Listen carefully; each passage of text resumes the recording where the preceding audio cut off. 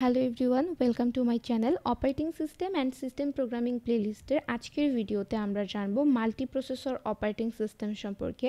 First of all, multiprocessor operating সিস্টেমকে parallel operating system or tightly coupled operating সিস্টেমও বলা হয়ে থাকে। মাল্টিপ্রসেসর অপারেটিং সিস্টেম কিভাবে কাজ করে এটা আমরা একটা উদাহরণের মাধ্যমে বুঝতে পারি। ধরে নিন আপনার বাড়িতে দুজন হেল্পিং হ্যান্ড আছে, একজনের নাম H1 এবং আরেকজনের নাম H2। এখন আমি যদি তাদেরকে কিছু কাজ করতে বলি তাহলে তারা কি করবে? তারা নিজেদের মাঝে কাজ ভাগ করে নেবে। একজন কেক বেক করবে, আরেকজন ওয়াশ করবে। তারা কি করলো? নিজেদের মাঝে কাজ ভাগ করে নিল। এর আগের অপারেটিং সিস্টেমগুলোতে আমরা কি দেখেছিলাম? একজনই হেল্পিং হ্যান্ড ছিল এবং সে একবার কেক বেক করছিল, আরেকবার ওয়াশ করছিল, মানে সে একাই সব কাজ করছিল। হয় সে টাইম শেয়ারিং করছিল অথবা একটার পর একটা কাজ করছিল।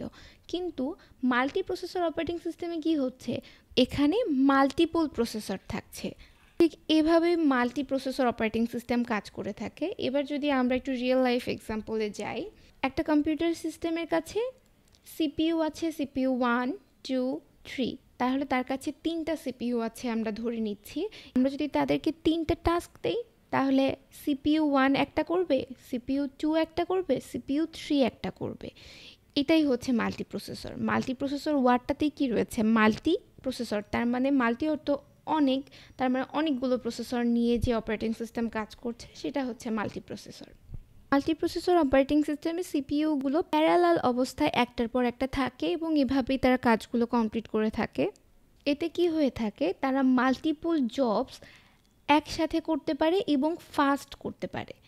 এর আরেকটি অ্যাডভান্টেজেস হলো, যদি কোনো কাজ প্রথম সিপিইউ ফেল করে ফেলে তাহলে সেকেন্ড সিপিইউ সেটাকে রিট্রাইভ করে ফেলবে।